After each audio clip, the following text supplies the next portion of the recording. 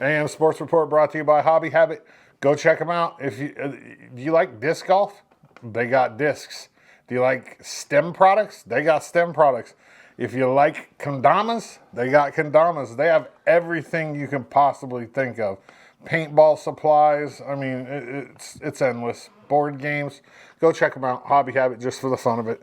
LHS baseball shut out Joseph Enterprise Wallowa on Tuesday, 10-0 to end their regular season. They end up 12-9 overall, 7-5 in the GOL.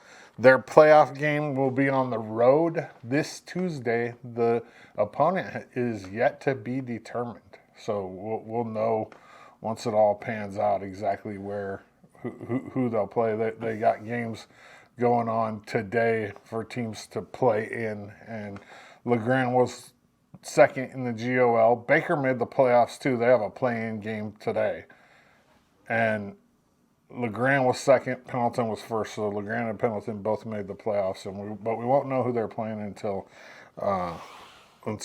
after the games today. Maybe after the games tomorrow too. I think there's a couple playing games tomorrow as well, so we'll figure it out and we'll talk about it next week. LHS softball has senior day this Saturday versus Joseph Enterprise Wallowa at 1:00 down at Pioneer Park. They will most likely host the playoff game on Tuesday, same day, the 21st. We don't know who they're playing yet either, because the 4A is weird. They do it different than 5A. 4A does like the top 8 teams, I think, in the rankings, or actually they do it by conference. So the top 2 teams in each conference automatically get in, and then they like rank the rest of the players. In 5A, they just take the top 16 teams in the rankings, and then they bracket those 16 teams and they play. They don't do the same thing in 4A, and I don't really understand why, but it's OSAA. You know, I saw a thing for the school my son goes to, Dallas, and it's called an endowment game. And what they do is they charge, so it's not a playoff game or anything, but they charge everybody $8 to get in. And the only pass that gets you in is the media pass that I have. Not even a gold card or nothing. And I read about it because I was interested. All the money goes to OSAA, 100% of it, to their fund or whatever, and then they kick back the school 30%, and you have to cover your costs or whatever. I don't know if I like that. Like I mean, like. And that's for a playoff game? No, that's for just a regular game to support their booster club or whatever, the OSAA, foundation is what it's called. And it's like, I mean, like, I'm not the hugest fan of OSAA anyways, but like when I see that, like, I'm glad LeGrand doesn't do that in endowment games. Yeah. Like, you have to pay to get into playoff games anyways, you know what I mean? Right. Even more, and passes are no good for playoff games, and then you're going to add one more game a year where you're playing. Here's what I don't like. I don't like the fact that you're paying for your kid to play the sport, you're buying all the gear, you're paying for them to go on road trips, and then you got to turn around and pay to get in to watch them. Yeah, it's ridiculous to me. I just don't.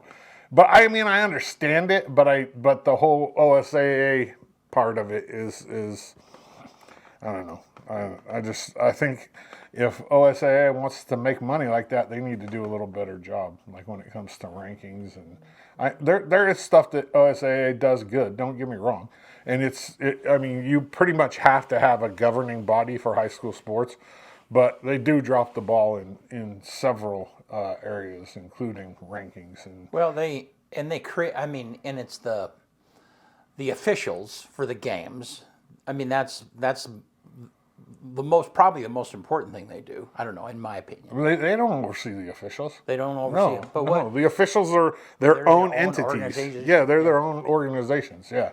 Okay. Yeah, well, hey, go ahead and finish. We'll talk about this more. Yeah, anyways, EOU Track and Field is getting ready to head to Marion, Indiana for the national meet. Yesterday on the sports show, I had 2 athletes and head coach Ben Welch. You can find the interviews on our network. Ben Welch was named the CCC Men's and Women's Coach of the Year. He and I talked about it yesterday. Check it out.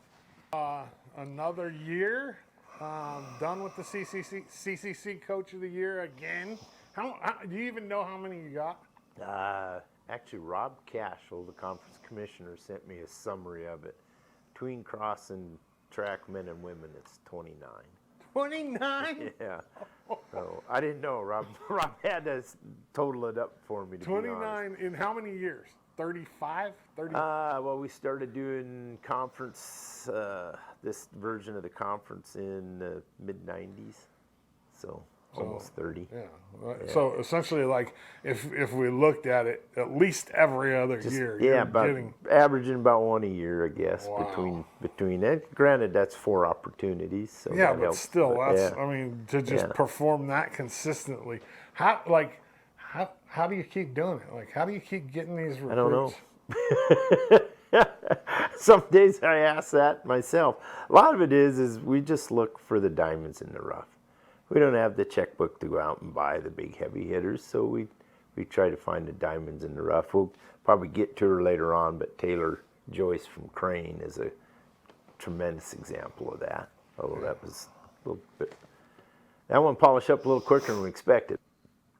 Ben talks about diamonds in the rough, and like not necessarily finding the big hitters. And man, he's good at finding people with potential and developing them into great track athletes. It's crazy. And he talks about Taylor Joyce there, who's one of the athletes that I interviewed on the show yesterday, and she's only a freshman, and she's already winning the 400, in the CCC, and just. Like was jumping 8 and 9 in the pole vault in high school, and she's like over like almost 12 feet now, and that's crazy. I mean, like that's 3 feet difference in 1 year. He just does a great job developing and obviously finding. EOU softball lost its first game yesterday to the 2 seed and host Georgia Gwinnett. 2-0, and then in an elimination game versus Southeastern University out of Florida, they were down the entire game thanks to a couple untimely errors, and the Mounties rallied in the bottom of the 7th, and then this happened. And deliver the biggest pitch of the ball game. 3-2. Swung on, ground ball, back up the middle. This has got a chance. Leatherwood rounds third. It's bobbled in center. The Mountaineers win in walk-off fashion. Goliath moves on to Championship Thursday in the NAIA opening round.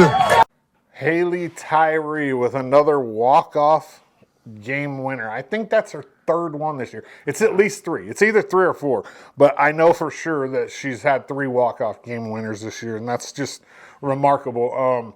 That kind of resilience is crazy. It takes a lot out of you, though, like mentally and emotionally. So we'll see where we stand. They play this morning in the championship in the Lawrenceville bracket at 9 o'clock our time.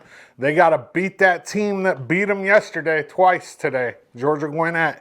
And that's a tough task. Georgia Gwinnett has the defending NAIA National Pitcher of the Year. And they've just been tough, and it's their home team. That game's at 9. It's on their YouTube channel, Georgia Gwinnett Athletics, and I'll post a link in the comments so you can check it out. It's going to be exciting. I mean, it's going to be so awesome if we can get the first win, and that second game is going to be crazy if it and I'm saying it's going to happen. I think it's just kind of like destiny right now for this Mountie team. It's blue and gold this weekend, which is all the events kind of centered around the spring game for the football team. Here's a look at the schedule for the weekend. They have a couple scrimmages. They have the blue and gold alumni game for soccer teams, both the soccer teams. They have a golf tournament on Friday. They have a Texas Hold'em tournament Friday night, and it's just all about raising money really for EOU athletics. And they're doing like a competition right now. I think it's like Bleed Blue, Give Gold is what it's called. And each one of the teams has a different dollar amount that they have to raise. It's a competition based on how many athletes are on each team. So, I mean, if you're interested, help them out with, a lot of their money in their budget comes from boosters and fundraising.